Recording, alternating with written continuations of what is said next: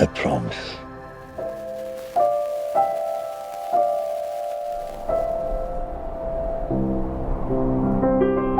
Hello everyone, welcome to another movie review. I just got done seeing The Brutalist, the new A24 film that's been getting a lot of buzz. This movie has been nominated for like 10 Oscars. I think it might be number one in terms of like nominations this year. I'm not really sure about that, but I know it got nominated for 10, which is a lot. Obviously. So, real quick, before I talk about the film itself, I need to address something that happened in my showing. I don't know if this happened to anybody else. So, the movie is filmed in a very strange aspect ratio. It's not a typical widescreen format. There's black bars on the side, so it was shot. I don't know what the aspect ratio was, but it wasn't the typical, widescreen. So the movie started, and everything was fine, but all of a sudden, in the opening scene, there's a narration that's in a different language, and there's subtitles. At my showing, the subtitles at the bottom of the screen were cut off. I didn't miss all of it. There were some times where, like, there's multiple lines being said at once, the subtitles. If there's like a couple lines being displayed on the screen, I would be able to see the top line, but I couldn't see the bottom line. And if there's only one line by itself, I couldn't see the bottom line at all. So somebody at my theater screwed up. There are other couple people in my showing, thankfully. So about 10 minutes into the movie, there was a couple more scenes involving subtitles that we couldn't read. So somebody eventually got up and went and talked to somebody to tell them, hey, the projector or whatever is not properly aligned. Something happened. It's cropped incorrectly, whatever. I don't know how it works. I've never worked in a movie theater before. So thankfully somebody got up and spoke about it because, there are a few instances in this movie where there's subtitles and you need to know what's happening. I pretty much understood what was going on in that first scene. Like, I pretty much got the gist of it. Unfortunately, like I said, I don't know what was being said, technically. So what happened was, eventually, somebody came in. Again, this is about 10 minutes into the movie. The screen went black for, like, half a second, and then all of a sudden, the movie, like, zoomed out. Somebody had zoomed in on it to where the black bars would fill the sides of the screen. So we were actually looking at the movie zoomed in, which, this movie is beautifully shot. I didn't even notice that. So yeah, the movie zoomed out, basically, and I essentially had two sets of black bars on the sides, all cut to I took a picture of it. So what was supposed to happen was somebody accidentally filled the movie's built-in black bars to the edge of the screen when it wasn't supposed to be like that. The edge of the screen was supposed to be its own black bars. You get what I'm saying? So I essentially had two sets of black bars on each side of the movie because it was filmed that way. So yeah, unfortunately in the first 10 minutes I missed a few of the subtitles. Now, I didn't see this in IMAX or anything. I saw it in a regular showing. The A24 program now is apparently giving tickets away for every single movie, which is crazy. I definitely am going to be taking advantage of that. And they're also doing like $5 monthly credits now, which is crazy, towards their merchandise and whatnot. So I've already said this many times. If you guys haven't joined A24's program, definitely join it. It is worth it. So this movie, I have been hearing all the buzz about it. The first time I saw the trailer, I think, was when I saw Nosferatu. It was that teaser trailer with all the text going from right to left. That it was like a teaser trailer basically. And I was just like, what is this movie? Because if you guys have seen the marketing for this movie, obviously the text is very stylized. It's what's the word I'm looking for? It's diagonal. It's very unique. So I was like, what is this movie? And it was one of those. I feel like a lot of Oscar movies any year, a lot of the big ones are like these weird sleeper hits that drop towards the end of the year and end up sweeping all the Oscars. You know what I mean? Like, this movie came out late December, technically. And again, I hadn't heard a thing about it until I saw that teaser. So I ended up finding out what the movie really is. It's a story about an architect who was in the Holocaust. He's a Jewish man. This takes place in the 40s. It actually takes place over a long period of time. I won't say too much. I'm not going to spoil anything.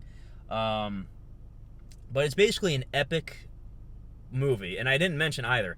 It's 3.5 hours. There is a built-in 15-minute intermission halfway through the movie. If you guys didn't know that, I knew that going in because I had heard about it.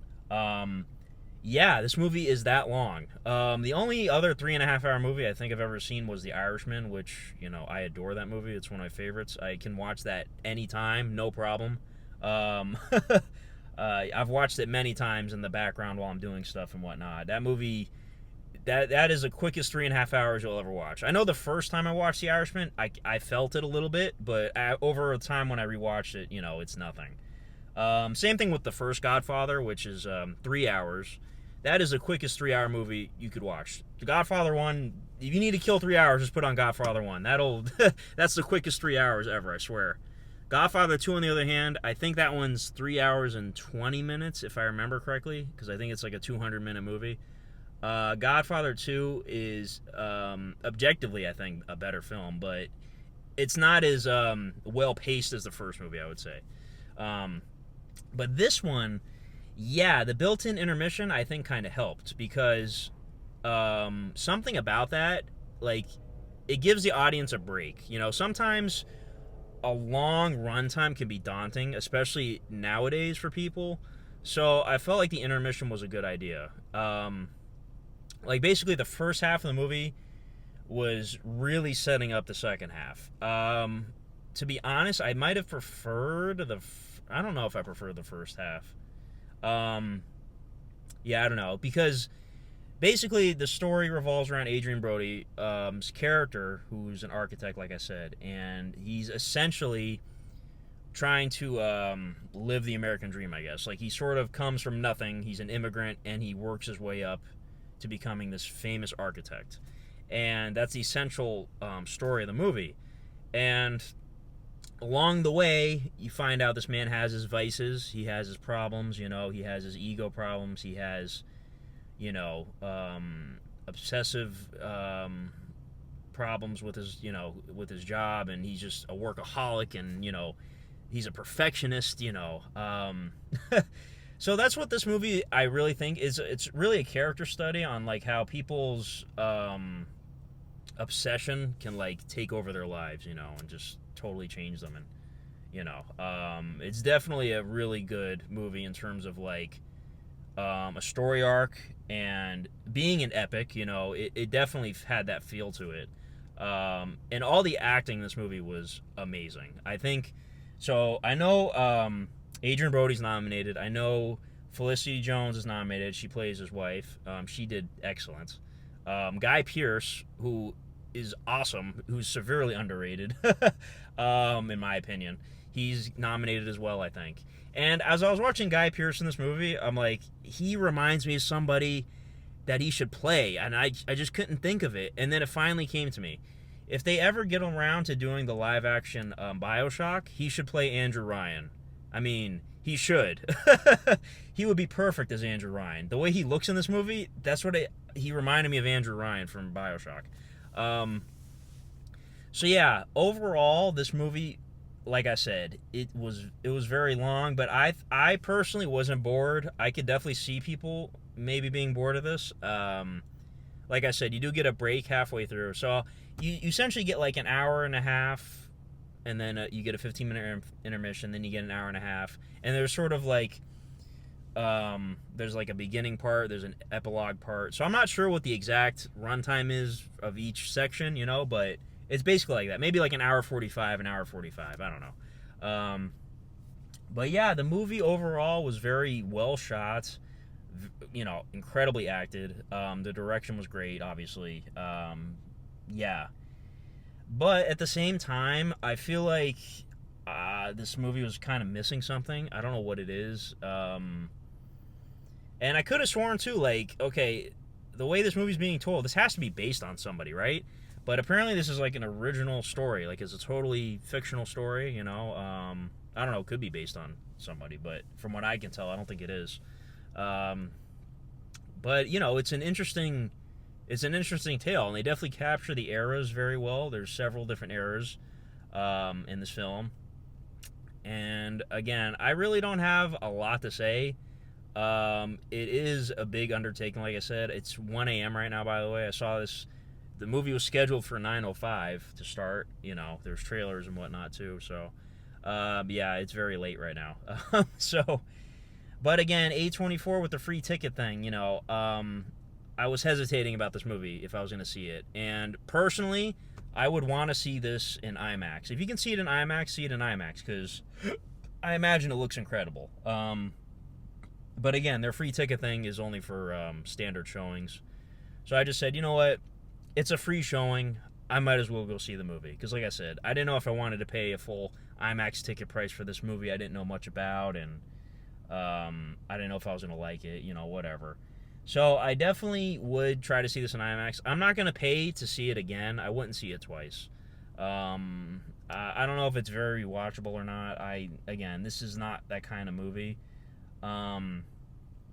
I wasn't super, enthralled by it, I wasn't bored, like I said. I was into the movie, but, I wasn't, like, super emotionally invested or anything like that, you know what I mean?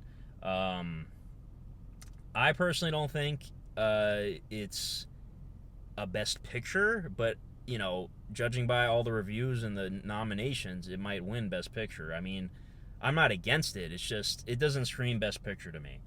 My favorite movie last year ended up being Nosferatu. That got a couple of nominations. I'm kind of upset, though. Robert Eggers didn't get nominated, and Lily Rose Depp didn't get nominated, but it's whatever. But yeah, this just, it was a good movie. It's definitely got that, it does have like a pretentious feel to it, especially at the end. I feel like when the credits started rolling, I'm like, I don't know. I feel like this movie was kind of pretentious. I ain't gonna lie. This director, I'm not familiar with the director. I don't recognize the name. So yeah. Again, it's very well made. It's definitely an accomplishment. I'll give this movie all its flowers, but it's not one that I would revisit probably. I might end up buying it if they do like a really cool like 4K edition or whatever. I buy every A24 movie anyway, so. But yeah, as a rating, I guess I could give it like an 8.5. I don't want to quite give it an A, like I said, because like a 9 or a 10. I mean, because again, it didn't really grab me, but it was a very good movie. It was very well made, and all the actors, again, best part of the movie is the acting and the cinematography, of course. But yeah, just know what this movie is. It's a character study on this guy Laszlo, Adrian Brody. Man, you knocked it out of the park, in this movie. I'm not too familiar with him. I've only seen him in Predators, which is very underrated, by the way. That's like one of my favorite Predator movies. And then the King Kong remake from 2005. I think those are the only things I've seen him in. I haven't seen The Pianist, which he won an Oscar for back in the day. So I definitely need to check that out. But definitely give this movie a watch. It needs to make money because I'm sure, this is a big movie, and I'm sure they put decent money into it. So like, definitely go check it out. Again, I saw it for free. That's the only thing. I kind of feel bad going to these movies for free because like, my whole thing about going to the movies is like, yeah, I'm trying to support these movies. Like, I want them to make box office, and obviously to help the theaters, So I don't know. Maybe A24 just, I guess they just buy all the tickets and just give them away. I don't really know how it works. They buy their own tickets. I don't know. They make enough money on merch, I guess. I don't really know how it works. But yeah, that's really about it, guys. I don't know if this review is kind of underwhelming, but 8.5 I feel is pretty fair. Again, it didn't really grab me. So let me know your thoughts in the comments. Maybe I missed something. The final line in the movie, too, I want to say, I think that's pretty much explaining what the movie was about. I'm not going to say what it is, but it's essentially along the lines of you need to wake up and smell the roses when, you're preoccupied with dumb shit. Yeah. So, anyways, yeah, I don't know. Slight pretentiousness in the ending, I think, and the overall movie, I guess. But not in a bad way, like Crash. That is the most pretentious thing I've ever seen in my life. Yeah, I'm never watching that movie again. So, anyways, 8.5. Let me know your thoughts in the comments and your rating, whatever. You can leave your ranking if you want to of like your top 10 of last year, because this is a film from last year. Obviously, it's nominated for the Oscars coming up. So, yeah, we'll see what happens. Again, it's got to win something. You know, I'll be rooting for Adrian Brody. Like I will. I forget who else is nominated right now. I didn't really like study the nominations. I just know Dune got snubbed, you know. Nosferatu got a little bit snubbed, in my opinion. So, yeah. But anyways, thank you guys for watching. I need to go to bed. It's really late. All right, have a good one. Bye-bye.